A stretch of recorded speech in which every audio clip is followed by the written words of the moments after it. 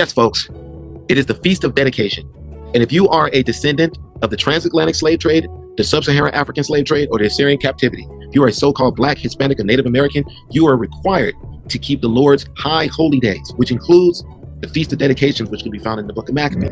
This history begins when Alexander the Great, son of Philip of Macedonia, marched from Macedonia and attacked Darius, king of Persia and Media. Alexander enlarged the Greek Empire by defeating Darius and seizing his throne. 2. He fought many battles, captured fortified cities, and put the kings of the region to death. 3. As he advanced to the ends of the earth, he plundered many nations, and when he had conquered the world, he became proud and arrogant, for by building up a strong army, he dominated whole nations and their rulers, and forced everyone to pay him taxes. 5. When Alexander had been emperor for 12 years, he fell ill and realized that he was about to die. He called together his generals, noblemen who had been brought up with him since his early childhood, and he divided his empire, giving a part to each of them. 8. After his death, the generals took control. 9. And each had himself crowned king of his own territory. The descendants of these kings ruled for many generations and brought a great deal of misery on the world. The wicked ruler Antiochus Epiphanes, son of King Antiochus III of Syria, was a descendant of one of Alexander's generals. Antiochus Epiphanes had been a hostage in Rome before he became king of Syria in the year 137. 11. At that time there appeared in the land of Israel a group of traitorous Jews who had no regard for the law and who had a bad influence on many of our people.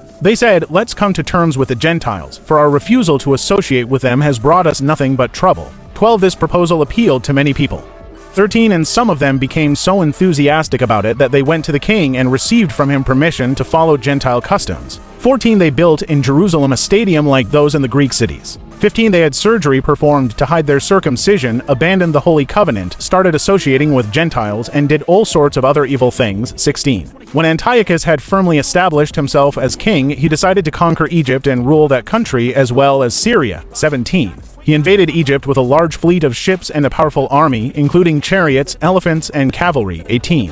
When the attack came, King Ptolemy of Egypt turned and fled, and many of his soldiers were killed. 19. Antiochus was able to capture the fortified cities of Egypt and plunder the whole land. 20. In the year 143, after the conquest of Egypt, Antiochus marched with a great army against the land of Israel and In his arrogance, he entered the temple and took away the gold altar, the lampstand with all its equipment, 20 to the table for the bread offered to the Lord, the cups and bowls, the gold fire pans, the curtain, and the crowns. He also stripped all the gold from the front of the temple. 23 And carried off the silver and gold and everything else of value, including all the treasures that he could find stored there. 24 Then he took it all to his own country. He had also murdered many people and boasted arrogantly about it. 25 There was great mourning everywhere in the land of Israel. To 6 Rulers and leaders groaned in sorrow. Young men and young women grew weak. The beauty of our women faded. 27 Every bridegroom sang a funeral song, and every bride sat mourning in her room. 28 All our people were clothed with shame, and our land trembled for them. 29 Years later, Antiochus sent a large army from Mysia against the towns of Judea. When the soldiers entered Jerusalem, 30 Their commander spoke to the people, offering them terms of peace and completely deceiving them. Then he suddenly launched a fierce attack on the city, dealing it a major blow and killing many of the people. 31 He plundered the city, set it on fire, and tore down its buildings and walls. 32 He and his army took the women and children as prisoners and seized the cattle. 33 Then Antiochus and his forces built high walls and strong towers in the area north of the temple,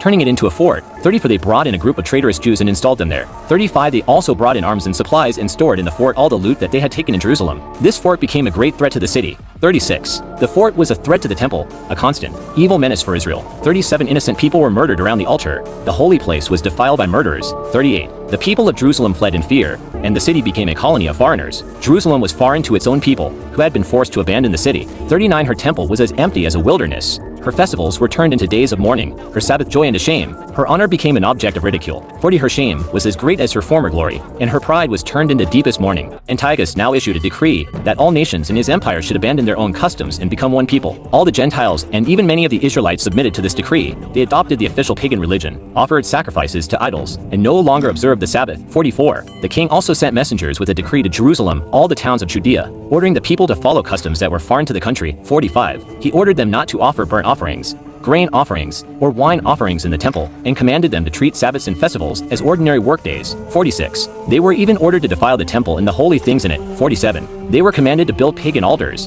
temples, and shrines, and to sacrifice pigs and other unclean animals there. 48 They were forbidden to circumcise their sons, and were required to make themselves ritually unclean in every way they could. 49 So that they would forget the law which the Lord had given through Moses and would disobey all its commands. 50 The penalty for disobeying the king's decree was death. 51 The king not only issued the same decree throughout his whole empire, but he also appointed officials to supervise the people and commanded each town in Judea to offer pagan sacrifices. 50 to many of the Jews were ready to forsake the law and to obey these officials. They defiled the land with their evil. 53 in their conduct forced all true Israelites to hide wherever they could. 54 on the 15th day of the month of Kislev in the year 145. King Antiochus set up the awful horror on the altar of the temple, and pagan altars were built in the towns throughout Judea. 55 pagan sacrifices were offered in front of houses and in the streets. 56 any books of the law which were found were torn up and burned. 57 and anyone who was caught with a copy of the sacred books or who obeyed the law was put to death by order of the king. 58 month after month these wicked people used their power against the Israelites caught in the towns. 59 on the 25th of the month, these same evil people offered sacrifices on the pagan altar erected on top of the altar in the temple. 60 mothers who had allowed their babies to be circumcised were put to death in accordance with the king's decree. 61 their babies were hung around their necks,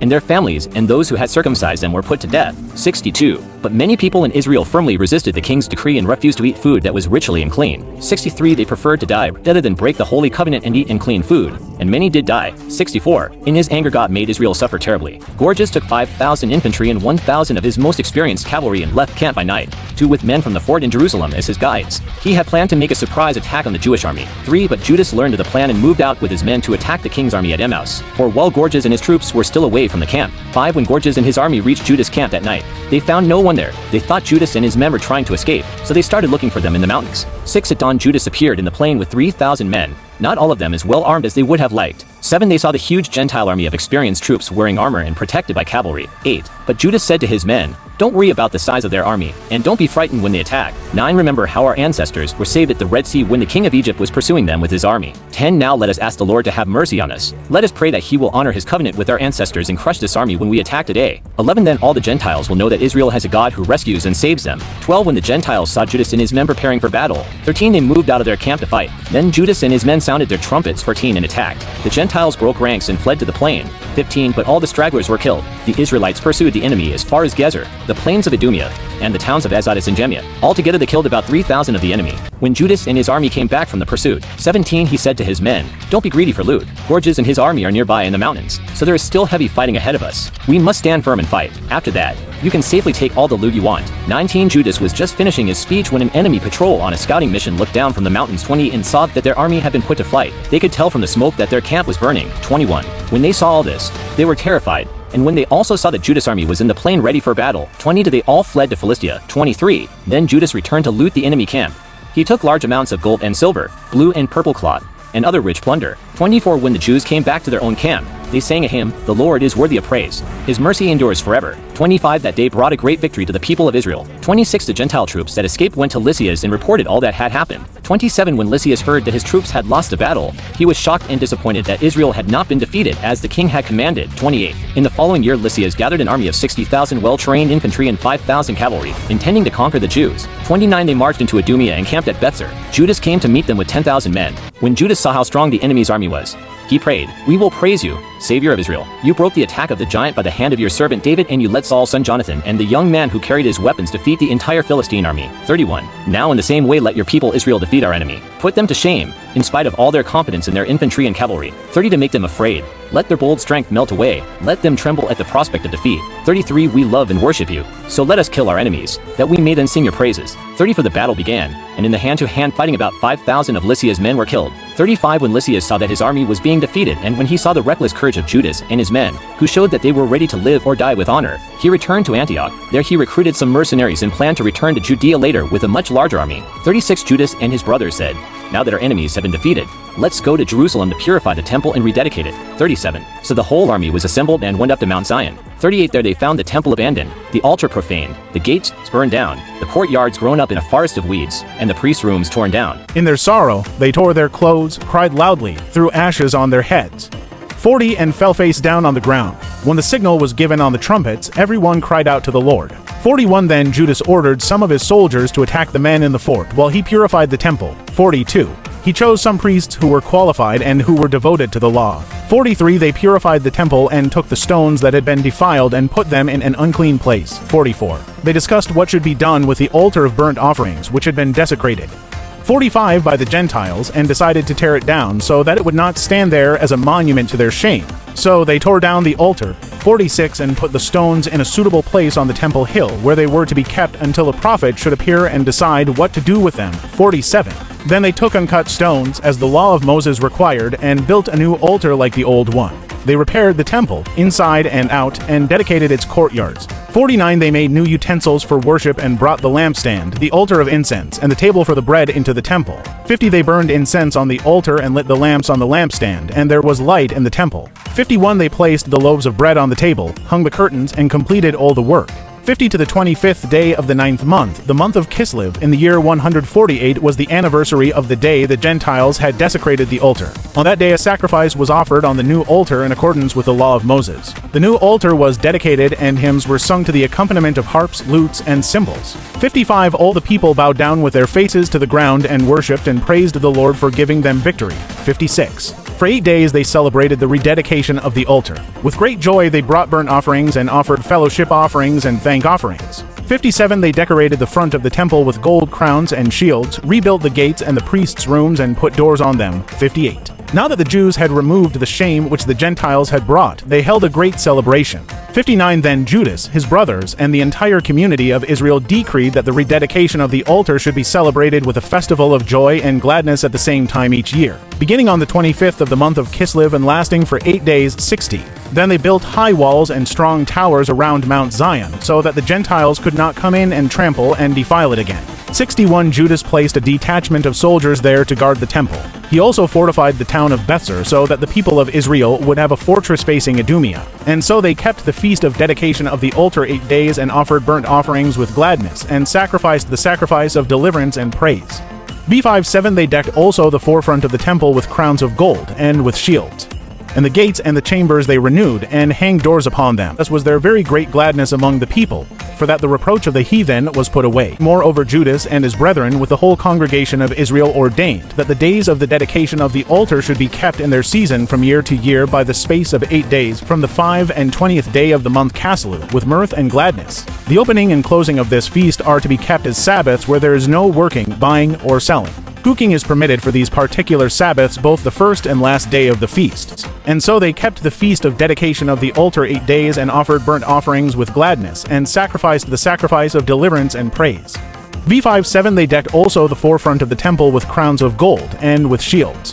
And the gates and the chambers they renewed, and hanged doors upon them. Thus was there very great gladness among the people, for that the reproach of the heathen was put away. And moreover Judas and his brethren with the whole congregation of Israel ordained that the days of the dedication of the altar should be kept in their season from year to year by the space of 8 days, from the 5 and 20th day of the month Caslu, with mirth and gladness. The opening and closing of this feast are to be kept as Sabbaths where there is no working, buying, or selling. Cooking is permitted for these particular Sabbaths, both the first and last day of the feast.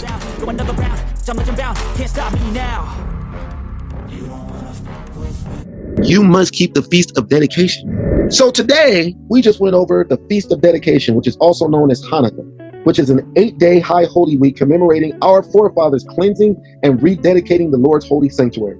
The origins of this feast begin with the prophecies in Daniel chapter 8, which discusses the beginning of the Greek Empire and the prophecy of Alexander the Freak, a powerful ruler that had the dark-skinned nations in subjection to him during his reign. He eventually divided his empire among 4 of his notable generals before his death. One of them, being General Seleucus, was given the land of Syria and had a son named Antiochus, who became the great force as king.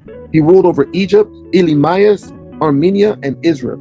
King Antiochus eventually defeated the Israelites in war and indoctrinated them with his religion and philosophy. He enforced laws that prohibited Israelites' observance of holy gatherings and daily sacrificial practices in the Lord's sanctuary.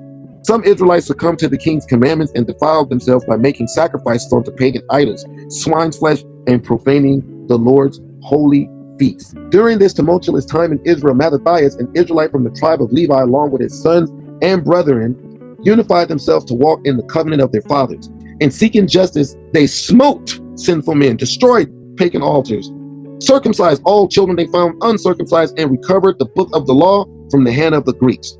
When Mattathias died, his son Judas, also called Maccabee, which means the hammer, fought for and cleansed the sanctuary with his brethren. In righteousness, these men of the Lord offered sacrifice according to the law upon the new altar of burnt offerings they had made. So you need to keep the laws, statutes, commandments, repent, and have faith in Yahweh. YAHAWASHI Himself. And with that, shalom. Shalom. Shalom.